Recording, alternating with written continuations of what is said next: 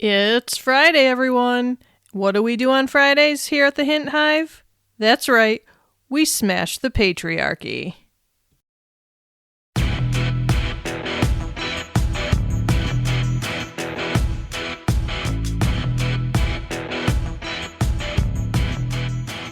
Well, hello there, my lovely souls.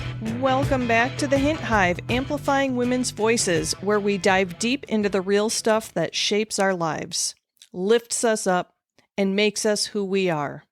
I'm your host, Kelly Hint, Queen Bee of this hive, and today we're tackling something that affects so many of us, often in ways we don't even realize.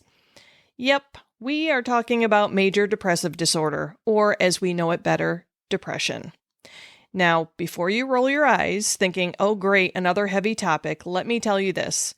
Today, we're not just going to dwell on the hard stuff. We're going to break it down, understand it, and most importantly, talk about how we can kick depression's ass, because let's face it, you've got things to do, dreams to chase, and lives to live.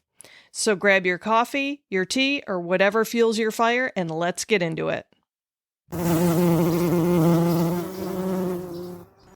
All right, so what exactly is major depressive disorder? This is more than just feeling down or having a bad day. Depression is a mental health condition that affects millions of people worldwide, about 280 million people, according to the World Health Organization. And in the US alone, around 8.4% of adults have experienced a major depressive episode in the past year. So, if you've been feeling like you're drowning, you are definitely not alone. Now, I've got to remind you that depression can look different for everyone, but some of the common symptoms include persistent feelings of sadness, hopelessness, and emptiness. You might lose interest in things you used to love. You might feel tired all the time. You might struggle with sleep, either not getting enough or sleeping way too much, or even have trouble focusing or making decisions. And let's not forget about those pesky physical symptoms like headaches or stomach issues that just won't go away. Now, I want to be crystal clear about something. Depression is not a sign of weakness. It is not something that you can just snap out of or get over. This is a real medical condition that can seriously impact your ability to function in your daily life. And when I say function, I mean everything. From getting out of bed in the morning, to going to work, to maintaining your relationships. Unfortunately, depression doesn't just sit quietly in the corner. It can creep into every single aspect of your life. And let's talk for a minute about how depression can mess with your relationships. Whether it's with your partner, your family, friends, or even your colleagues, depression can make it so hard to connect with others. You might find yourself withdrawing, canceling plans, or just feeling like you are a burden. And let's be real, depression loves to lie to us. It tells us that we're unworthy, unlovable, and that no one would understand. But here's the truth. Those are the lies that depression feeds us. The reality is, people who care about you want to help, but they might not know how unless we let them in. And if you're in a romantic relationship, depression can put a strain on things. You might feel distant from your partner, or you might not have the energy or desire for intimacy. And that can be tough. But communication is key. I know, easier said than done, right? But starting a conversation with, hey, I'm struggling right now, can be a game changer.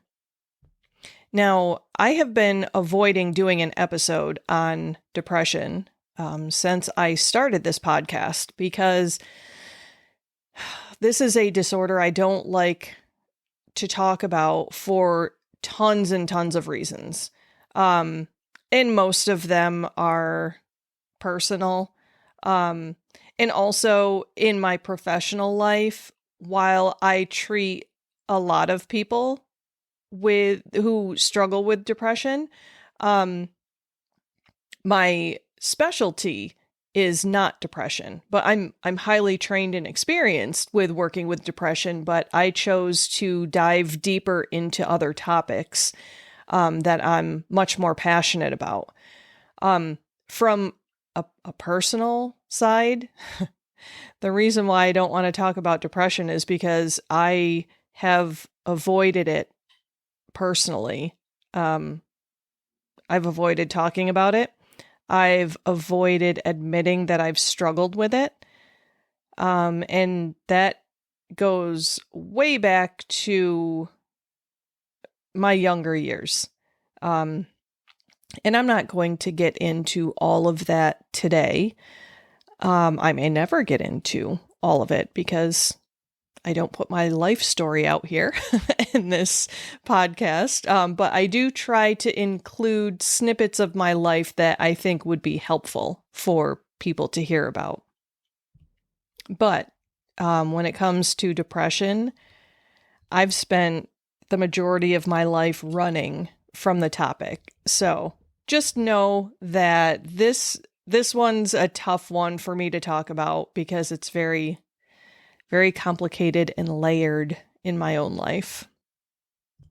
So I have had various family members with depression in my life that have impacted me greatly. And actually, before I was a therapist, it caused I had a lot of bias, a lot of unhealthy beliefs about depression. And so I was pretty close-minded as far as talking about it or even trying to have any kind of self-awareness of my own struggles. For some reason, I will own my anxiety all day long. I admit to people all the time that I have struggled with anxiety and OCD throughout my life. But I never talk about depression. And I have my reasons for it, but some of them, I will admit, are just freaking stupid. So my pre-therapist experiences, I have struggled with a couple of depressive episodes in my life. Okay, there it is. I said it. I feel like I should be in some sort of support group because I have such a hard time admitting that. So I don't think I have ever met criteria for a diagnosis of major depressive disorder, but I have had a couple of very situational depressive episodes that would have qualified for a single episode of depression. And if you're not a therapist, you probably have no idea what I'm talking about right now, so I apologize. But anyway, so these episodes came with highly stressful situations in my life. I can think of two pretty stressful ones right off the bat. And again, I'm not going to talk about details of the instances that triggered these episodes, but I'll talk about the episodes themselves. One was a work-related depressive episode. And for those of you who have struggled with anxiety and depression, you're probably really going to feel this one and like understand what I'm saying when I say it. So again, I've said that I have owned my anxiety throughout, the majority. Well, once I knew I had anxiety, I owned it. So as an employee, I was always highly anxious because part of my anxiety as well as my OCD was perfectionism, or should I say is perfectionism. I still work on it. And so employers love perfectionists because they know that you will do just about anything, including almost kill yourself to, and I don't say that lightly, to get the job done. And if you are not connected with a healthy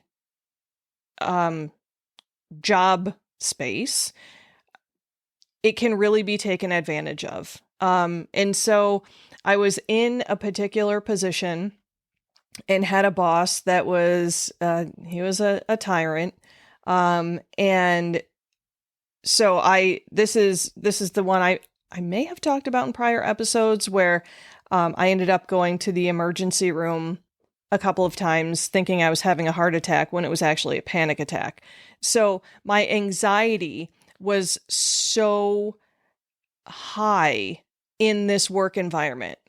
And so for a couple of years, actually, I was operating at this high functioning, anxious level.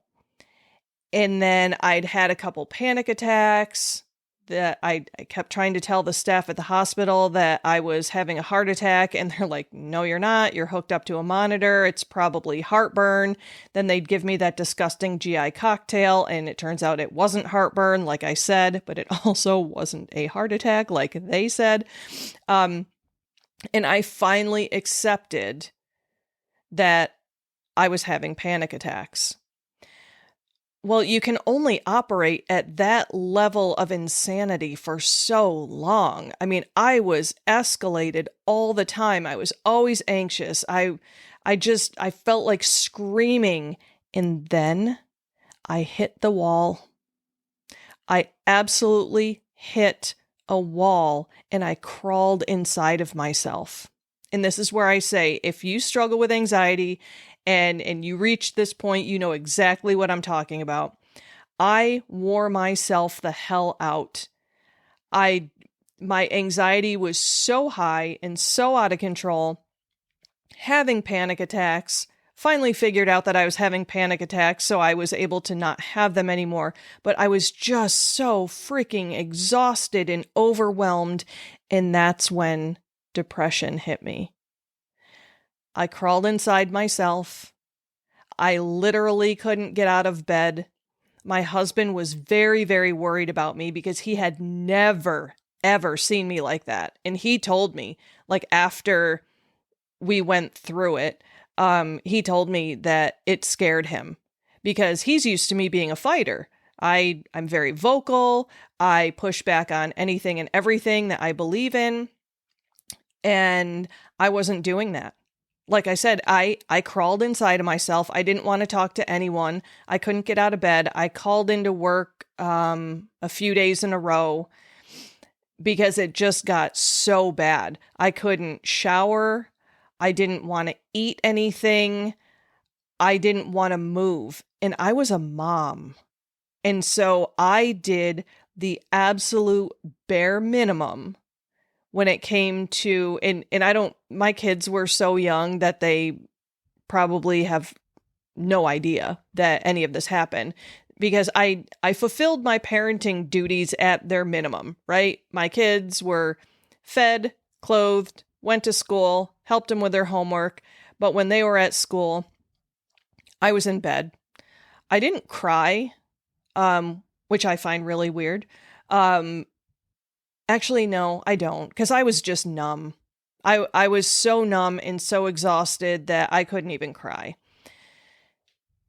And I made it through the depressive episode, and I ended up going to therapy for my anxiety. And this was while I was in college, finishing up my degree also. And I never mentioned depression to my therapist because it was a non-issue in my mind. It was a single thing that happened to me, and I did not identify it as depression. And then it happened another time, kind of recently, after a series of bad things happened.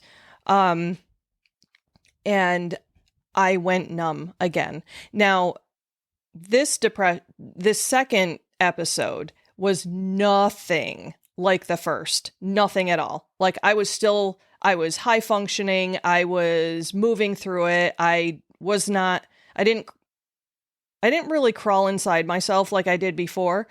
But this second episode, I got numb. But this one only lasted for like 2 to 3 days. I was numb and I just couldn't feel anything. I couldn't feel any feelings of love or joy. I remember I had like embraced a family member, and afterwards I told my husband, I said, I felt nothing. And that's not me. Like, I find great joy with like hugging people that I love. I really like to do that. I don't do it often because this is the other weird thing. I'm not a huge touchy-feely person, but if I haven't seen someone in a long time, I want to hug them. I want to feel their love. And I felt nothing. And so that scared me. And because I was more enlightened the second time around, I knew what was happening. But still I didn't talk to anyone about it. Which I hope that this is one of those moments, do as I say, not as I do.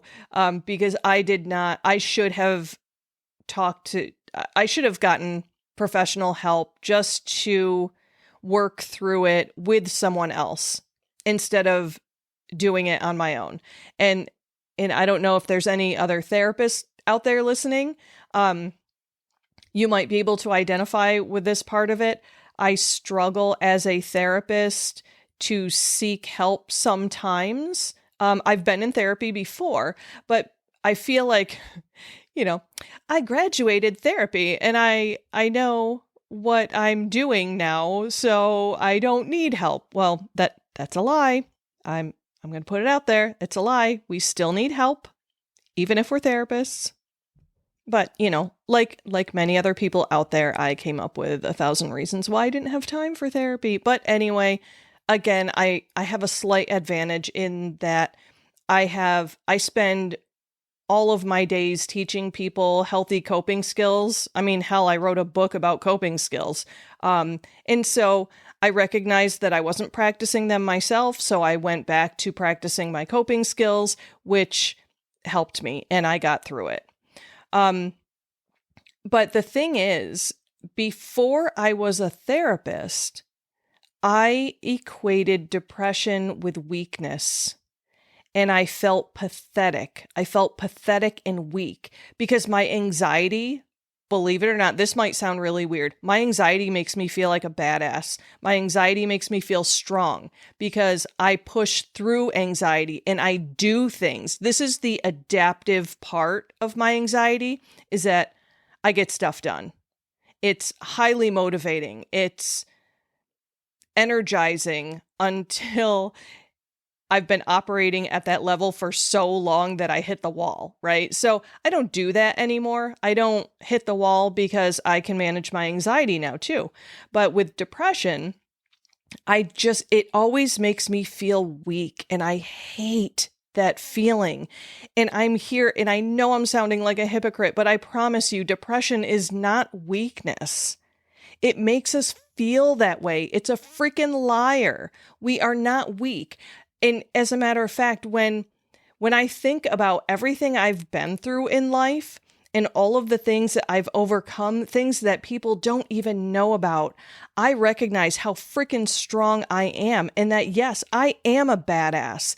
I have gone through some crap and I'm still here. I fought it and I overcame it. So you know what? That is strength right there. That is strength.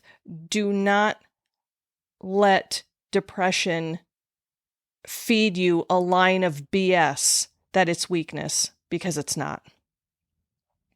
Now, here's the part where we start fighting back, okay? Depression might be a tough opponent, but you've got tools in your arsenal. So, first things first, if you're feeling overwhelmed, it's okay to reach out for help. Therapy, coaching, or even just talking to someone that you trust can make a huge difference. And if you need it, do not be afraid to explore medication. There is no shame in taking what you need to feel better. But that's not my area of expertise, so I'm going to talk about some practical strategies that you can start using right now. So, routine, routine, routine. I gotta say, depression thrives in chaos. It loves when you're unstructured and all over the place. So establish a routine. It does not have to be perfect or super strict, but have a regular schedule so that can give your day a sense of purpose and direction. People that I work with that are on disability, for example, and don't have a structured routine to their day, so often they struggle with depression. They don't have a time that they need to get out of bed. They don't have a time that they need to leave the house. They don't have that structure. And I'm telling you, on my days that I don't stick to a structure, I can totally understand how that's a breeding ground for depression. And then the next piece, move your body. And I get it because I felt it. I know that when you're depressed, exercise can feel like the last thing you want to do. But even a short walk can release endorphins. Those are those feel-good chemicals in your brain. It's not about hitting the gym for hours. It's just about getting your body moving in a way that feels good to you. For me, I'm so glad that my life is not recorded on video because it would be a little embarrassing. So there have been times when I've felt depression slipping in, like I'm on the precipice. And one of the things that I like to do for exercise is dance. I have actually put on some upbeat music when I'm in the pissiest mood ever, and I've danced. And if you could see the look on my face, I'm like pissy and miserable, and I'm dancing to this upbeat music. It is so ridiculous that I end up laughing because of how ridiculous it is. And actually, that brings me to another suggestion. One of the things that I used to tell people when I was working at an agency was do the opposite, right? Like if you're feeling sad, depressed, in a pissy mood, watch a comedy. Try to do the opposite of what you're feeling, and that can actually help shift your mood. Another technique is acting as if, like act as if you're not feeling depressed that day. Go and do the things that you're supposed to do that you don't want to do because you're depressed. Sometimes just forcing yourself to do it can shift your focus a little bit, can shift that mindset, lift you a little bit out of depression. And then another thing that is really important is to mind what you eat, because shockingly, nutrition plays a bigger role in our mental health than we often realize. I'm not saying to go on a strict diet, hell no, but try to incorporate foods that fuel your brain. So for example, omega-3 fatty acids, the ones that are found in fish and nuts, those are actually known to boost mood. And of course, stay hydrated, because dehydration can make you feel more tired and more sluggish. That's another one I'm not great at, but always constantly trying to improve. And let's talk sleep hygiene. Depression can wreak havoc on your sleep. Try to establish a bedtime routine. Yes, just like when you were a kid. It might sound silly, but winding down at the same time each night can help signal your body that it's time to rest. And that can be helpful with both depression and anxiety. And it's one that I stick to most days of the week, even on weekends. I'm still out of bed, usually right around the same time. Sometimes I stay in bed and read, but I'm up, like my mind is up and active and doing something. And then, of course, connection is key because isolation is depression's best friend. So even if it's hard, push yourself to stay connected. Call a friend, join a support group, or even just send a text to someone. You don't have to go through this alone. And then this is one that's hard, but small wins matter. When you are in the thick of it, everything can feel like too much. So focus on the small wins. Did you get out of bed today? That is a win. Did you brush your teeth? Another win. Celebrate those little victories because they add up. And I know that a lot of this sounds like having to force yourself to do things. Yep, that's depression right there. Depression, you're not going to find motivation. You have to force yourself to do things. And that's the crappiest part of depression. And I think one last point that I think is important to bring up is that not everyone struggling with depression experiences suicidal thoughts. However, I cannot ignore my training as a therapist and just not mention suicide. It's definitely a topic that would need an entire episode on its own, but I just wanted to mention a resource out there for anyone who does struggle with suicidal thoughts. So the National Suicide Prevention Lifeline, now known as the 988 Suicide and Crisis Lifeline, is a crucial resource available 24/7 for anyone experiencing a mental health crisis, emotional distress, or suicidal thoughts.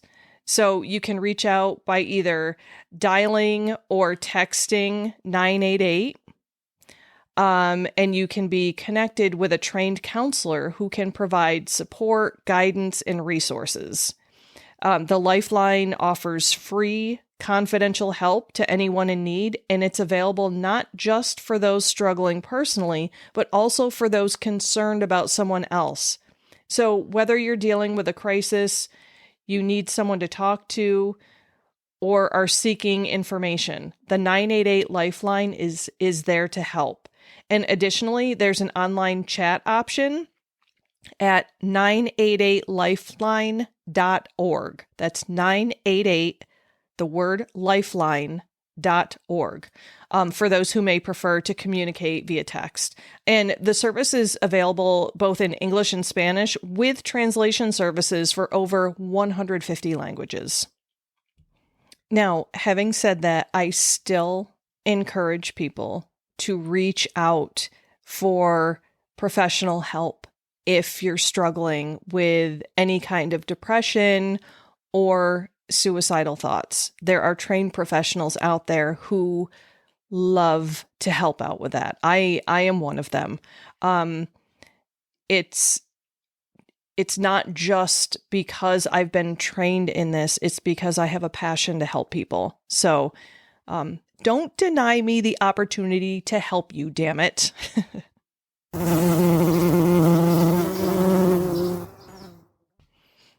Okay, my hive. Here's the bottom line. Depression is tough, but so are you. It might feel like this dark cloud is never going to lift, but I'm telling you, it will. With the right tools, support, and mindset, you can manage it. You can take back control. And remember, you are not alone in this fight. Whether it's through therapy, medication, coaching, self-care, or all of the above, there are ways to feel better, and you deserve to feel better. And before we wrap up, I want to leave you with this. You are stronger than you know. You are braver than you feel, and you are more capable than you realize. Depression does not define you. You define you. So keep fighting, keep pushing, and most importantly, keep believing in yourself. And if you can't believe in yourself, you reach out to me because I believe in you. Thank you, as always, for tuning into the Hint Hive Amplifying Women's Voices. And if you found this episode helpful, please share it with someone who might need to hear it. And as always, if you're struggling, do not hesitate to reach out for help. You've got this, and I am rooting for you every step of the way. Until next time, take care of yourselves and each other. Hive out.